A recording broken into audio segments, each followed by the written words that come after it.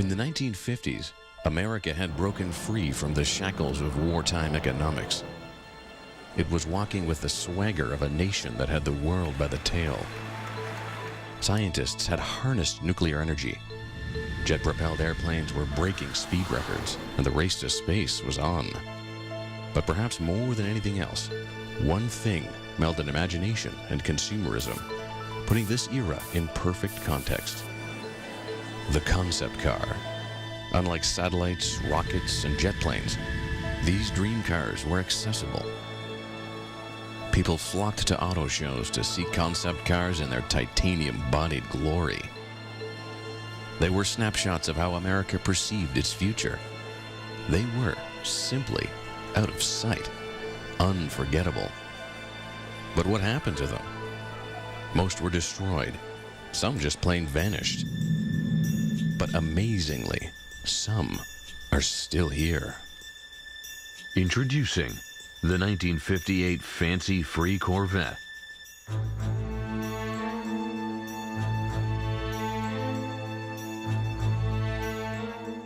Harley Earl, who was the chief design executive for GM, decided to put together a team of women who would not only pick the fabrics and colors of the car, but they would go deeper into the car. They would pick the frame and everything like that.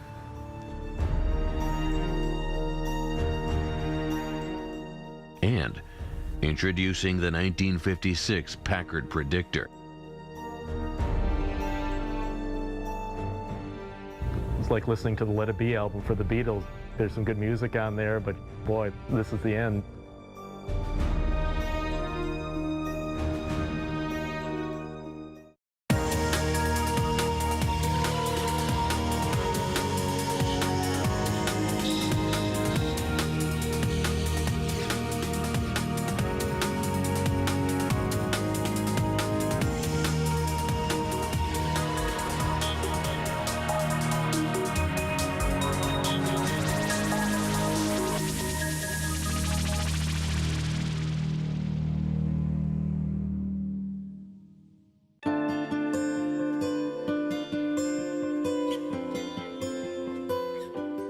It's beautiful, sleek and stylish.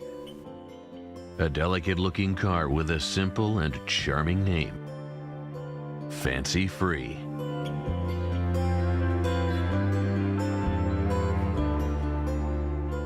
It's a Corvette, no doubt about that. The grille in the front and tapered back end leave no doubt. But this one has a decidedly feminine feel. It was built to do more than just put a smile on your face. This car was designed to change the face of automotive design.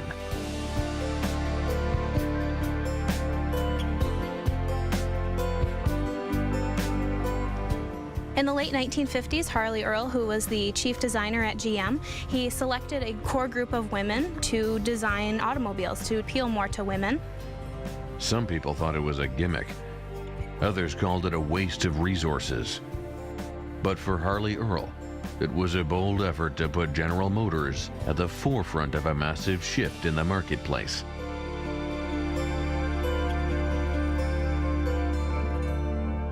Today in North America, female drivers outnumber men, but that's a pretty recent development. In the 1930s, less than a quarter of adult women held driver's licenses.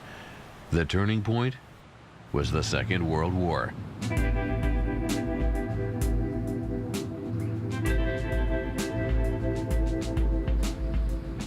Women who normally took a more domestic role prior to World War II, when all the men left, they stepped up and they started getting more into the market. So in the 1950s, they had their own jobs, their own money to spend, and the car companies realized that. So they wanted to make a vehicle that more appealed to the new market, to the women.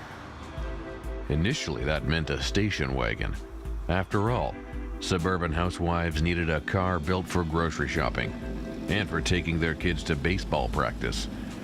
But by 1955, there were 25 million women on the road in America, and not all of them were housewives. The company that could figure out what these new customers wanted would be able to tap into a brand new market, one that was growing rapidly.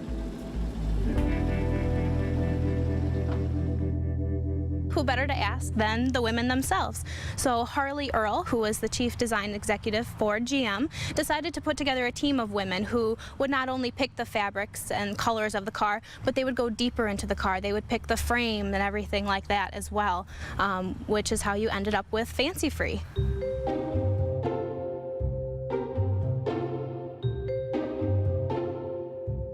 Fancy Free is the only survivor of the 10 cars created by the Damsels of Design. They were a small group of women given unprecedented control over every aspect of the car's development. It was a radical departure from the way things were being done at the time. In the 30s and 40s, women would do, I guess, what you would consider womanly tasks. They would pick out the fabric or the color. They didn't let them actually get into the hard details of the vehicle. But in the 40s, they started allowing them to do more. So to pick the type of tires, the body style of the vehicle. And it was definitely an innovative move on GM's part. That innovative move led to an innovative car. The Fancy Free is a Corvette, but not a traditional one. It houses a dozen unique elements, starting with the exterior color. It has a special paint, it's called Silver Olive, that they thought the colors would more appeal to the women buyers. That silver olive paint changes the signature Corvette scoop, usually painted bright white, into a much more subtle feature. Most of the dramatic changes are inside.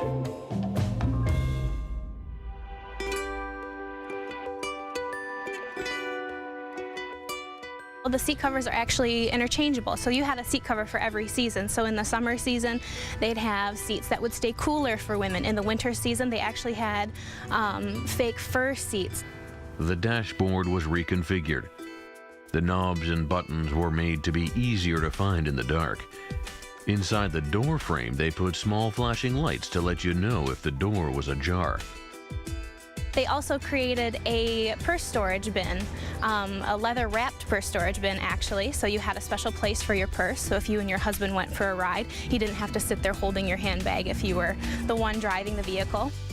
Purse holders and reversible seat covers never became industry standards, but the designers did create two enduring elements that now appear on virtually every car on the road. Before the Fancy Free, every car's license plate was simply bolted onto the bumper. The Damsels of Design decided it needed a home.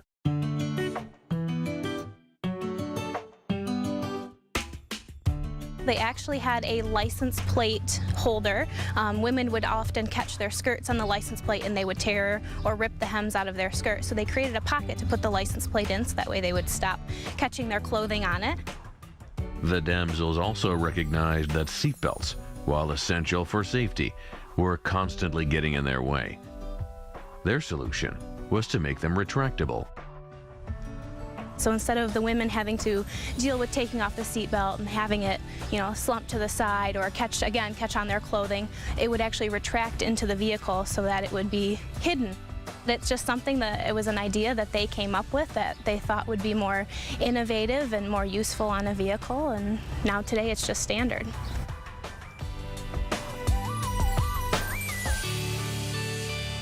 The Damsels of Design project was actually targeting two groups of car buyers.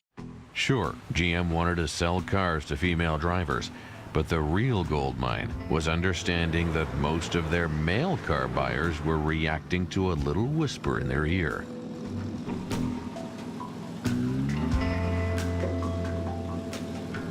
They realized that sales were almost 70% decided by women, so the men would, want to bring home a car that would appeal to their wife, and the wife wouldn't get mad about what they brought home. So really, they were working both ends of the spectrum. With their brilliant team of designers and an eager new demographic to sell to, you would think General Motors had hit the jackpot. But not everyone saw it that way. It was a huge hype, and it's kind of a sad ending. This car is called Fancy Free, a derivative of the Corvette of the time. GM showed it at the 1958 Motorama show where it drew rave reviews. But that was as far as it got. Unfortunately, the car was never put into mass production. It was a concept car, so it never really made it past the initial stages of producing the vehicle. But a lot of the items, a lot of the safety features or the new features that are in the vehicle were actually used in vehicles later on. Harley Earl, the man who created the team, retired later that year. His replacement did not share his opinions about women in automotive design. The project stalled and was later disbanded entirely. It was a huge hype, and it's kind of a sad ending. They really never did anything with the vehicles. The vehicles were sold to the GM employees, so if anyone wanted to put in a bid for them, the vehicles were sold off that way. And this car is the sole survivor out of that original group. It was sold to a GM employee who used it. His son actually drove it to their senior prom. And then it changed hands a few times, and it actually ended up in the hands of the Gilmore Car Museum. That's where it sits today, on display for adoring fans. The lone survivor of a bold plan to create a car by women, for women. Personally, I think it really does appeal to women. Just the colors, the idea of the interchangeable seats and, having warmer seats in the winter and colder seats in the summer, the idea of the color concept and scheme and, having a place for your purse. I know nowadays, my purse just sits on the passenger seat in my vehicle, but to have a specific tray to put your purse in, all that stuff is for sure appealing to women even nowadays.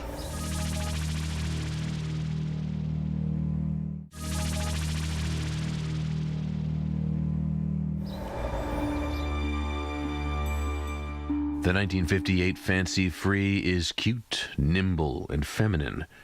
The 1956 Packard Predictor is the complete opposite. It's long, lean, and powerful.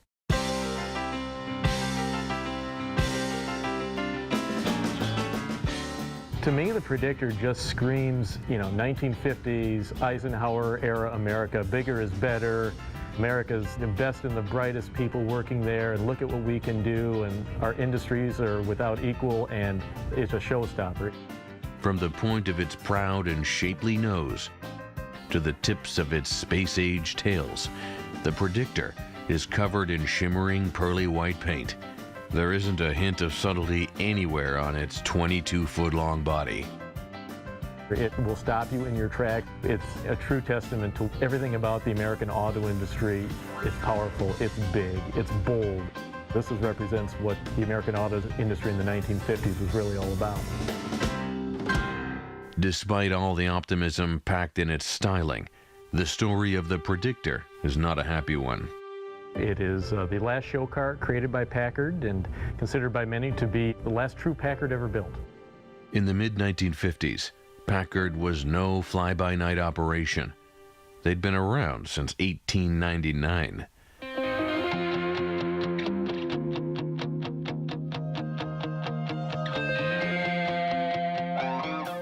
Up until the late 1930s, Packard had that mark as the top luxury automobile manufacturer.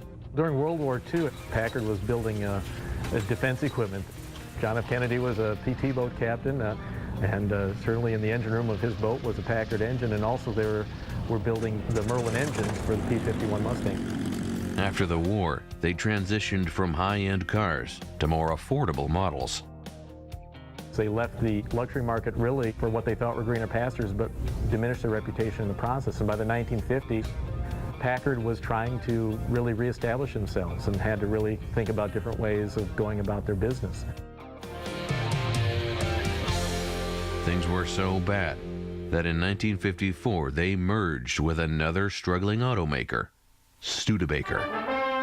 Studebaker, with its tradition of fine craftsmanship, and Packard, with its tradition of inspired engineering, now one.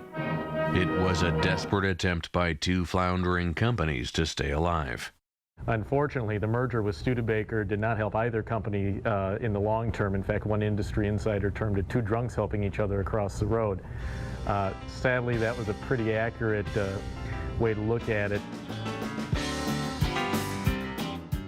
In 1955, the rest of America was doing well. The economy was booming and wages were rising quickly. 8 million cars were sold that year, and Packard knew that to grab a piece of the action, they had to do something bold.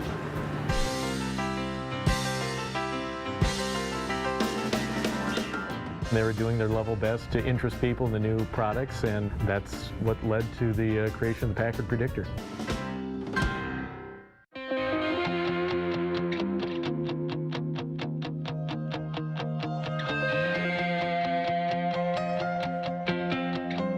The Predictor was really a concept car. It was developed for the show car circuit at that time. The major automobile manufacturers put a lot of their resources towards creating special automobiles for the car show circuit. When the Packard Predictor was unveiled at the 1956 Chicago Auto Show, everyone stopped and stared.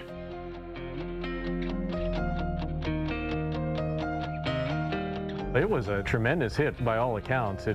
Really, the wow factor was there. It captured a lot of the essence of the traditional Packard design and also with some futuristic aspects. And you see a lot of very linear surfaces, a lot of things that you might say from the aircraft influence on there. And you look at the gunwales in the back and the exhaust port routed through the bumpers like rocket exhaust. The space race was just beginning, and all the automakers were looking to planes, satellites, and rockets for inspiration.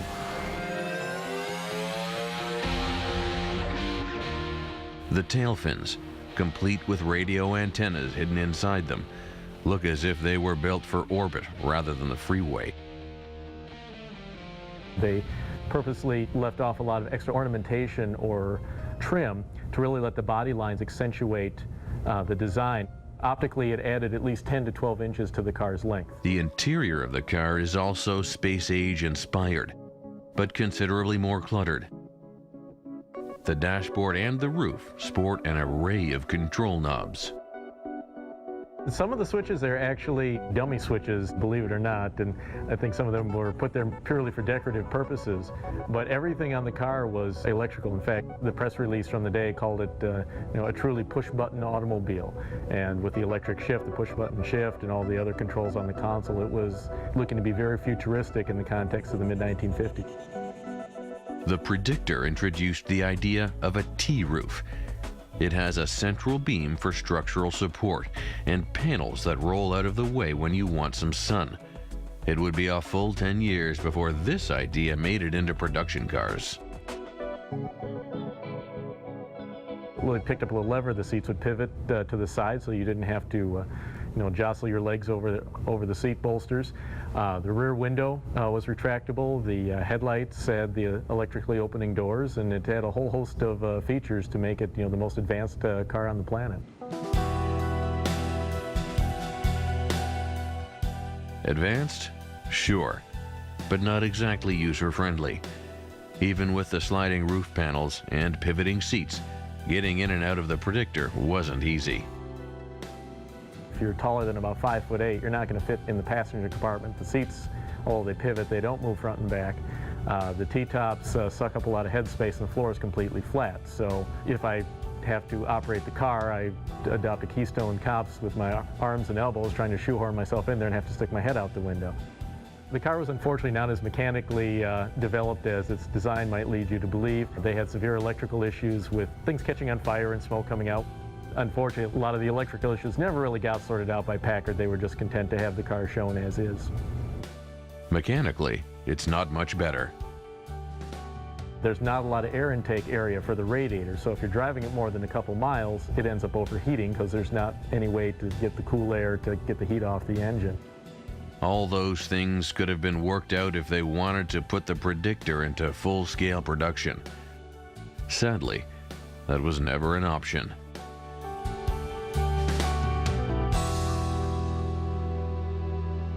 Right after the Predictor debuted at the Chicago Auto Show, a Newsweek article came out pointing out how much money Studebaker Packard had lost the previous year, and it was, for many, the fear of owning an orphan car was becoming very real for the Studebaker Packard Corporation.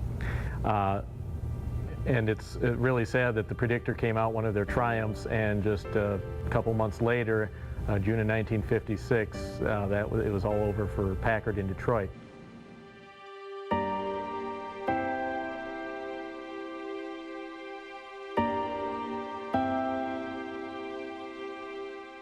It's like listening to the Let It Be album for the Beatles. It's like there's some good music on there, but you thought, boy, this is the end. It's a sad tale because it never went into production. But at least there is a silver lining to the cloud. The show car, the only Predictor ever built, survived. It now serves as a reminder of the boldness of America in the 1950s, and as a warning that even the mighty giants of industry can eventually collapse and disappear. The Predictor really was, the last waltz for Packard. They were capable of great things and building luxury automobiles, and you could hardly argue that anything would have been more luxurious than seeing a line of Predictors coming down the assembly line. But unfortunately, they just did not have the resources to be able to fulfill that vision, and that was what hastened the end of Packard.